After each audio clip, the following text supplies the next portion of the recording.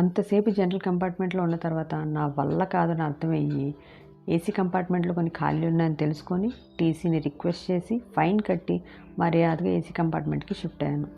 విజయవాడ వస్తుందని తెలుసుకొని అప్పటికే బాగా ఆకలేయడంతో విజయవాడలో చాలా ఫేమస్ అయిన బాబాయ్ హోటల్ నుంచి ఘీ కారం ఇడ్లీ, ఆ పక్కనే ఉండే రవి పునుగులు ఒక్కో ప్లేటు మా ఫ్రెండ్కి చెప్పి స్టేషన్కి తీసుకురమ్మన్నాను.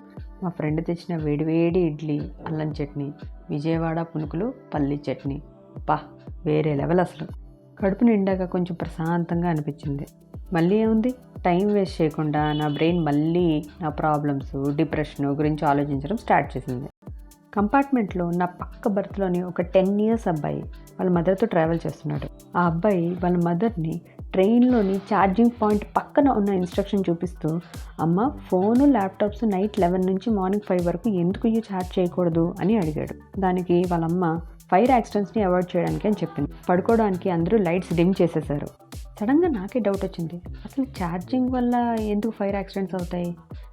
రీజన్స్ తెలుసుకుందామని బ్రౌజ్ చేయడం స్టార్ట్ చేస్తాను.